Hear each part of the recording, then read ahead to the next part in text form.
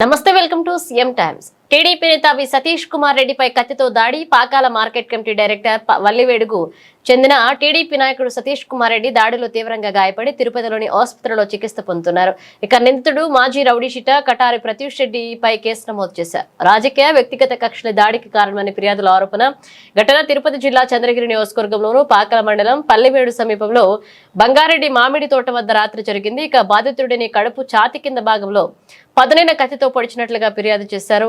నిందితుడు పరారీలోకి వెళ్లినట్లుగా పోలీసులు వెల్లడించారు. నిందితుడి కోసం ప్రత్యేక గాలింపు కోసం ప్రత్యేక బృందాలను ఏర్పాటు చేశారు. కేసు నమోదు చేసి అన్ని కోణాల్లో దర్యాప్తు కొనసాగిస్తున్నట్లుగా పాకాల సిఐటి చిన్న గోవింద్ తెలిపారు.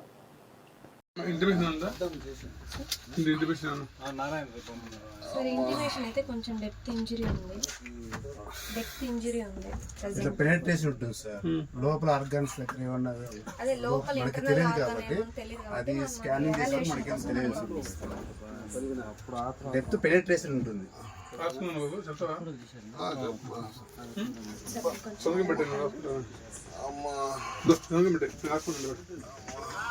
ఫాస్ట్ గా ఫోటో నాకు ఫార్వర్డ్ చేయ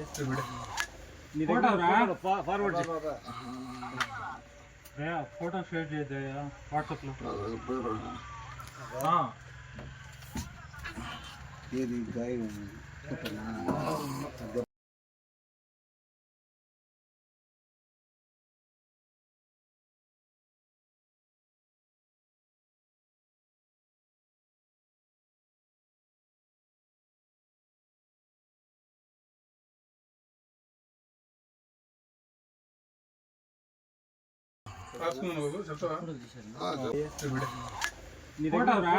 ఫార్వర్డ్